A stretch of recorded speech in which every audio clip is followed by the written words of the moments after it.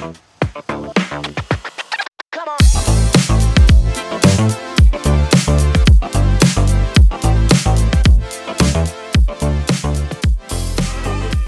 folks, welcome to the Brent Bozell Show. Kyle Mann is the editor-in-chief of the Babylon Bee since 2018. He's written or co-written several books, The Sacred Texts of the Babylon Bee, The Babylon Bee Guide to Wokeness, I like this, The Babylon Bee Guide to Democracy, The Babylon Bee Guide to Gender, How to Be a Perfect Christian, The Postmodern Pilgrim's Progress. He is the host of the Babylon Bee podcast. He's the husband to Destiny Man and 3 sons. But more important than that, he's the writer and director of January 6th, The Most Deadliest Day, a documentary that will be coming out on October 11th. And Kyle, I'm going to say it right here and right now. This is the funniest documentary I have ever watched. I've watched many. I've got to tell you, I watched it this morning. I wasn't able to go through the whole thing, which I'll finish as soon as I get rid of you. I'll go back and watching it. You had me laughing the whole time. It's brilliant. It's absolutely brilliant. So congratulations. Well, that's great to hear. You know, documentaries typically aren't very funny. People don't sit down to watch a PBS documentary on the Civil War and laugh. Right. So we're hoping that our documentary gets out some actual facts about January 6th while at the same time making people laugh. It's a supremely serious issue. But what most people, many people don't realize is that humor is an extraordinary weapon to use, and you use it. Before we go into the movie, I want to talk about the Babylon Bee, which is really the funniest thing online. What are the origins of the Babylon Bee?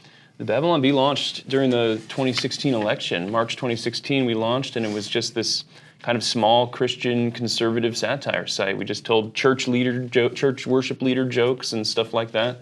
And very quickly, because of our political views, we realized we were hitting this conservative market where we didn't hate conservatives. And most satire sites, comedians, late night shows were underserving that half of the country. And so we found this huge audience, and it just went viral overnight and became this sensation. And so we've been running it for the last 8 years, and obviously have had a very outsized impact compared to the size of our site and team, but it's been a blast. Well, it's hard to maintain comedy. Yeah. And it's easy to maintain, hardcore, intellectual stuff, but to have something be funny week after week after week, day after day after day, that's tough. And you guys have pulled that off. I appreciate that, and it's a lot of it is just this clown world that we're living in. Every morning, the Democrats give us something to work with. Sometimes the Republicans give us something to work with. So there's an unlimited stream of material, which makes it easy. But eventually, you got the wrong people mad at you, and Twitter censored you. Tell me what happened. Yeah, we shared a joke saying that Rachel Levine is our Man of the Year. And apologies if that gets your YouTube channel taken down or whatever, but we shared that, and they locked us out of our account and said unless we deleted our tweet, we'd lose our account forever. Extraordinary. And it was Elon Musk who put you back on? Yeah, he contacted us, ended up buying Twitter.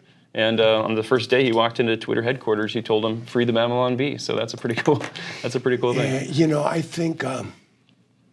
I think Elon Musk is the most important man in the world because this censorship that takes place is not just against people in the United States. It's censoring the entire world when they do this. And Elon Musk is standing for freedom all over the world. So he's public enemy number one, I think, of the left. But it's because of what he did with you guys. What are you most proud of? Oh man! I mean, who have you ticked off the most?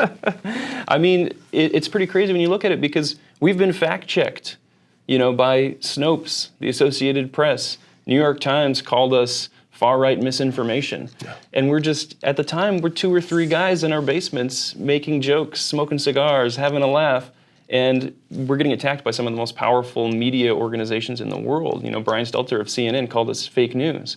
And that's a badge of honor, right, coming from... You should. I mean, that means you're getting to them. Yeah, we're over the just target getting to for them. sure. Yeah. You are over the target. One thing that you realize is the left.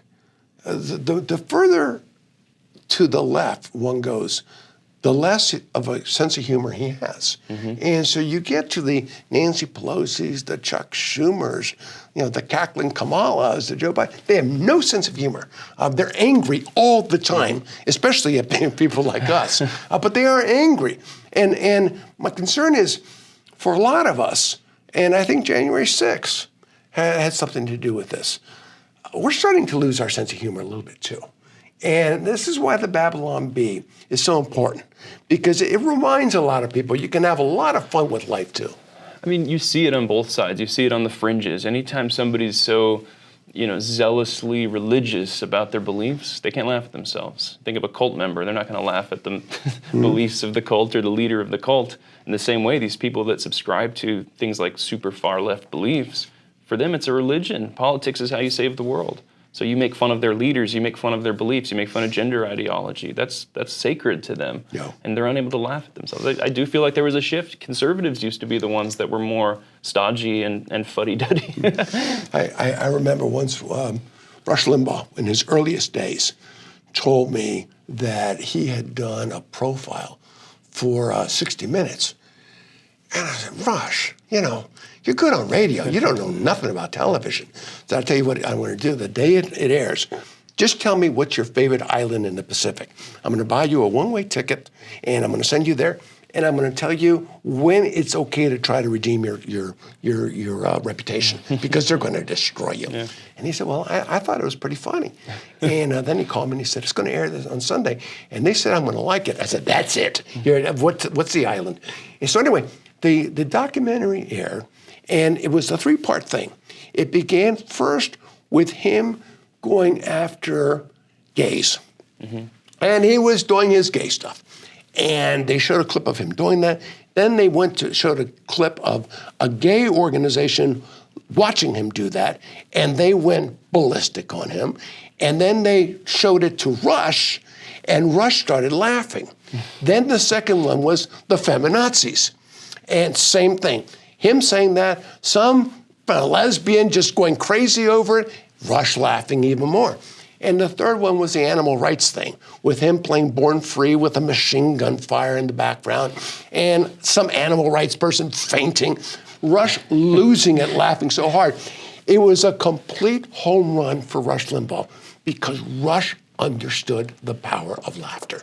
And he knew, it was an innocence. He always said he was an entertainer. He always said he was not a polemicist, he was an entertainer. And what you all do is entertain with a message. So let's go to the movie. What are the origins of January 6th, the most deadliest day? Whose idea was this? This was my idea, and I cooked it up with my fellow writers at the Babylon Bee, and we just had so much fun cooking up all of this, all of the crazy stuff that we do in the movie. But we've long known the power of satire, through our internet sketches, through our headlines that you read every day, to cover topics that are serious and that people feel strongly about, but in a way that's lighthearted. And that's always a tough, a tough thing to thread. And yet we were able to do it in the movie because we have this sense of humor of laughing at things that journalists are taking so seriously. The way that they treat it like the most deadliest day, as we say in the title, and being able to kind of play that character. Have you ever done anything like this before? No, I mean, we've done a lot of internet video sketches, so we were really honing our skills there. But to be able to do this full-length thing where we have, we sit down with actual experts on the topic and play this character, don't break character the whole time, be this liberal journalist who's freaking out about January 6th. It was such a fun project for us to work on. We have on the screen where you can go to get through the paywall. Did I say it was the funniest documentary I've ever seen? We have an audience of hundreds of thousands. Once they know that you're on, it's going to be hundreds of millions. Sure. And I'm instructing everybody to go through, do whatever they tell you to do that you have to do to get through that paywall. Do it, and I'm going to guarantee you're going to have, an hour 20, an hour 30? Hour 20, yeah. It's going to be the funniest hour and 20 minutes on polemically that you've ever watched. And if it's not, well, sorry. We didn't even pay him to say that either. No. Here's one of the things that got me on this. it's rather easy to do gotcha journalism. Right. Borat, the comedian, did that gotcha stuff. Almost got me. He almost got Donald Trump, but he got a lot of people. And then in the editing process, then they're merciless. The Daily Show did that type of thing. I mean, they did it to liberals too. So let's be fair about that.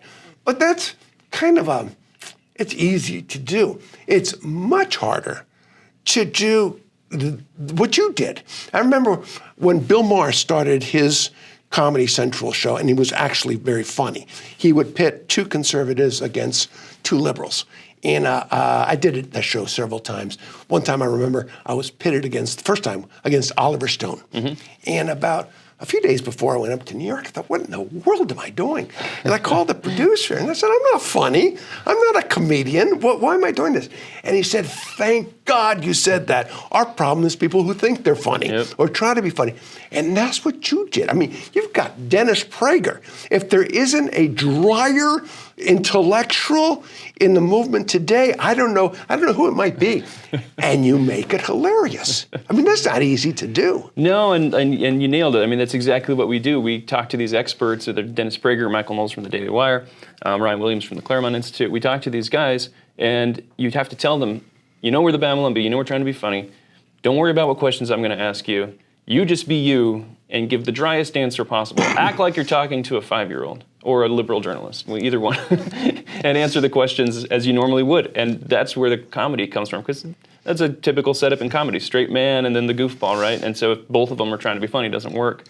The censorship of Dennis Prager at the start, and the words that come out that are not censored. It's just pure genius. We wrote that bit very late in the movie because we interviewed Dennis Prager, and he was the last interview we got. And I said, why would this liberal journalist interview Dennis Prager? It doesn't make sense. I said, well, let's just censor everything he says. So in the first part of the interview, we just beep him out the whole time, which was good. When are you going to give this to the critics to review? Oh, absolutely. If the New York Times wants to review it, we'll send them a copy, and any press is good press for us. You have to, because they're going to say things that you're going to put on the screen. Oh, absolutely. By the way, I did a check to see how many awards organizations are out there, and I found the International Documentary Association Award, the Spotlight Documentary Film Awards, the Critics' Choice, the Center for Documentary Studies Awards,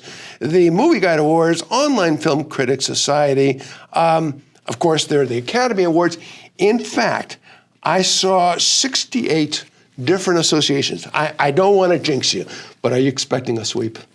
Yeah, I think a sweep is what we're going for. We'd be pretty disappointed if we just got 67 out of 68. So we're really hoping for the sweep, or it's a total failure. One of them is the Stinkers Bad Movie Awards. Oh, we'll take that one too. Wouldn't you like to be a judge of the Stinkers Bad Movies? So, all right, so I'm going to wrap it up this way.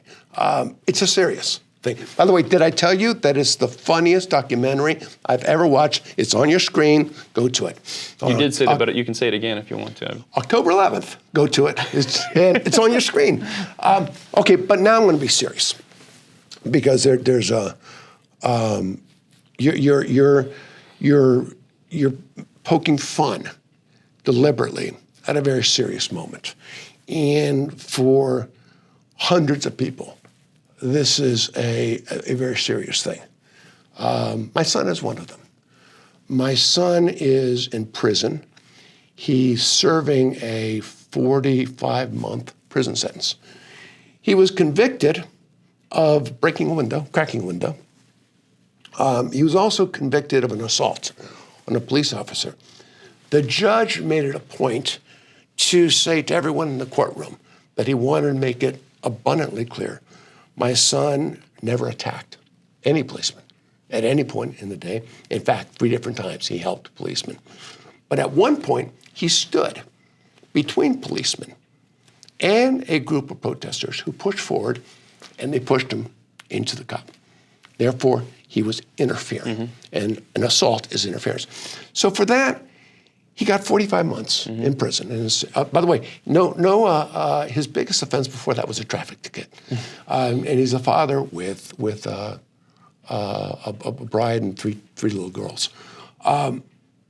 This movie does more to tell the story of the injustice than anything I've seen.